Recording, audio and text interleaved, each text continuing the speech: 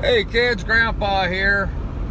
Driving down the highway as usual. I thought I would jump in and do a quick video. Had a few people call me, worry about me because they hadn't heard anything for a while. So I thought I would jump in and upload a quick video so you guys can see I'm still making tracks. I got to Ohio. I did visit with my grandkids, had a wonderful time playing with my grandkids for a little bit. Just awesome. Got the grandpa fix that I needed. And boy, it sure motivated me to get out and get doing what I need to be doing so I can get back and spend more time with them.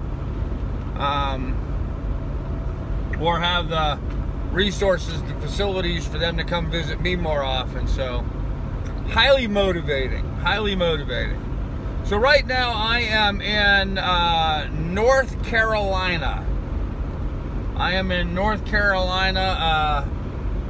I'm driving like a banshee. I've got about 250 miles or so to go to a boat I want to look at. So, and I'm hoping that that's the boat. And then we can just get all this done immediately and get on with life. So, we can make the deal on the boat and sell the truck and move on. So, just having a, good time. We're just hauling down the road. Lily's sitting here sleeping next to me and making good miles. I left Lancaster today at about 1 o'clock, 1:20 maybe, somewhere around there. I wanted to leave at 1. I ended up leaving about 20 minutes later. My son Vincent was showing me his man cave, so that was kind of cool. He's really big time into like games, Nintendos and all that kind of stuff, and it's his passion. And I found it interesting that my son has a passion for video games. I know a lot of kids play video games, but he collects video games. He collects the old, Nintendo 64s and Ataris, and he likes to collect the old stuff and keep it, and the video game figures and stuff. I don't know. He's a bit of a geek, but he's having fun with it.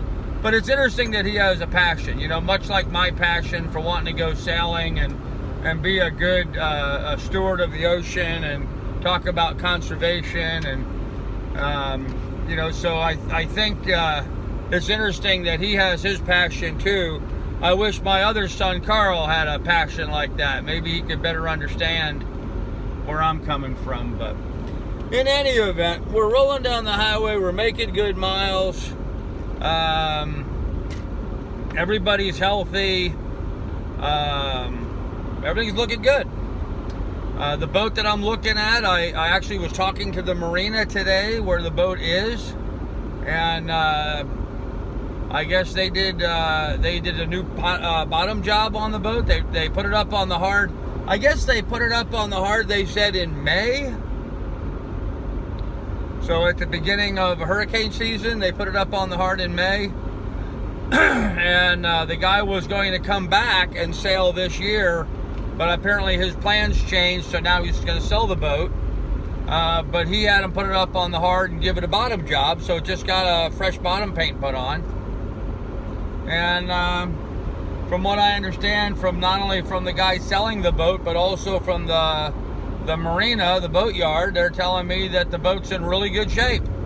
And so that all looks pretty good. Got an RV going around me with a trailer load of motorcycles and four-wheelers, and apparently he likes to be in both lanes at the same time. Anyhow, so it's getting kind of dark out, so I thought I better get a video done before it gets too late, and that way I can upload it so you guys can see where we're at. But we're doing great. We're in North Carolina, heading east and south, and looking at a boat tomorrow. I will be looking at a boat tomorrow. I'm trying really hard not to trying really hard not to you know, feed trolls and stuff, and everyone's been telling me to, you know, stop talking about it. And I'm not talking about that kind of stuff. But I did have one comment that a fella made, and not a troll, a viewer, a fan. Some people are offended when I refer to my viewers as fans, but the way I look at it, you're either a fan or a troll.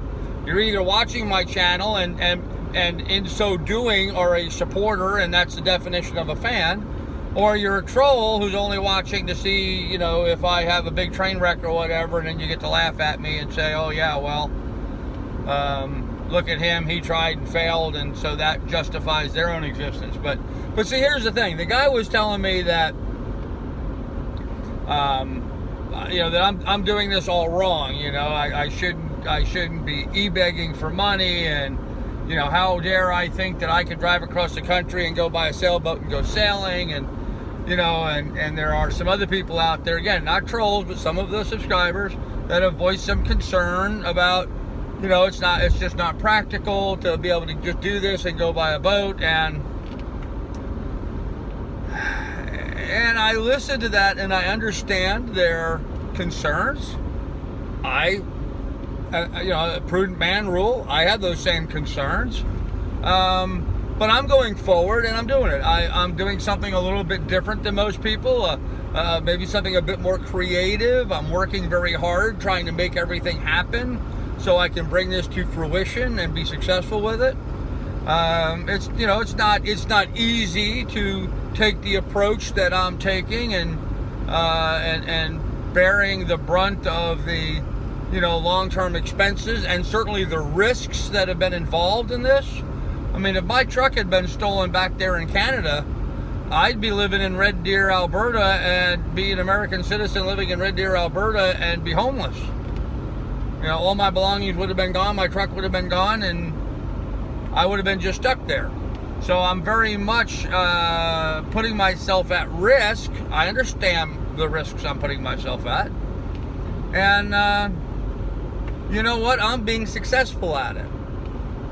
So, you know, for a guy to come along and say, well, you know, I've been working hard my whole life trying to get my sailboat and you're not doing it the right way, I say to him, and I'm not trying to be smart aleck, I'm not, I'm just saying I'm doing something a little different, maybe a bit more creative, maybe I'm doing things in a way that for whatever reason that individual wouldn't think about it. But tomorrow I'm going to be looking at a sailboat that I'm going to be buying. And the day after tomorrow I may be living on that sailboat and heading down to the Bahamas to spend the winter. And I am not spending a winter up in Alaska. I am not sitting in Alaska where my property had, you know, 10 inches of snow on the ground and -4 temperatures at night. I'm not still stuck up in Alaska doing that.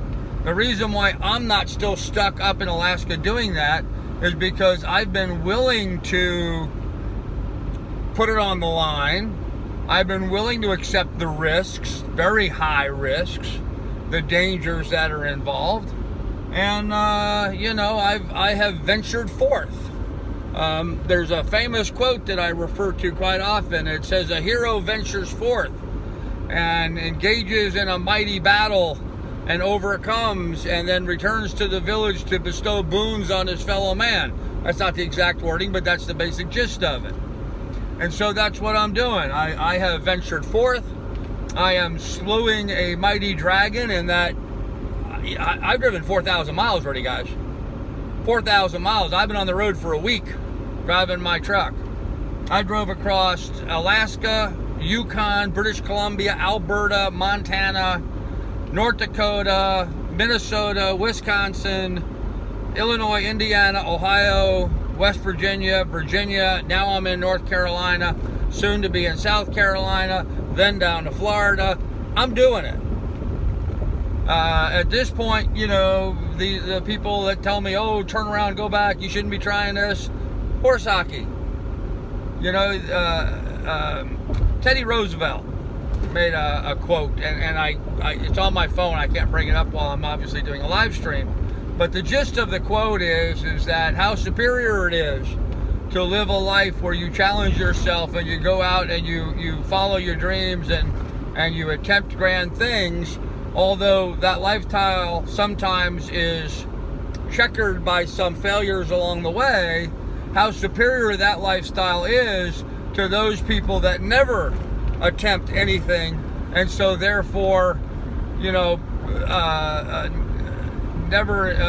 they never win, they never fail, which is the attitude a lot of people take. They just don't put themselves at risk, that way they don't fail, but they don't win. So they lead an existence of non-entity, a non-entity that they richly deserve. And so, sort of a combination of quotes from a couple different people. But the basic gist of it is, it's a superior life to go out there and push yourself and try to do something outside the norm and challenge yourself. That's much more superior than, you know, going into your cubicle every day and sitting on your couch and watching other people doing stuff. So be bold, you know, understand the risks, make a good plan, follow it, be bold, and accomplish great things. As you can see, it's getting dark, so I'm going to end this here, but Grandpa is doing awesome. Me and Miss Lily are having a ball. Spent a great time with my grandkids today, making tracks, making my life happen, following my dream, and being successful doing it. So that's it for now, guys. We'll have more for you later. Getting dark. Bye.